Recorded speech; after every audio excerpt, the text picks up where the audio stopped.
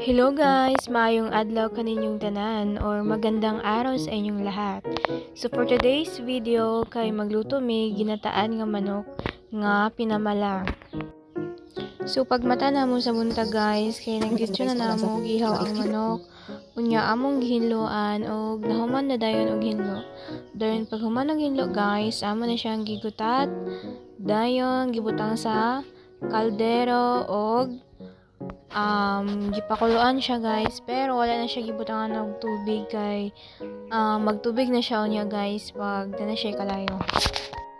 Kung naa ka diri sa bukid guys, so hayay ra gid kay kinabuhi diri, basta naa kay tinanom, naa kay gibuhi nga manghayop.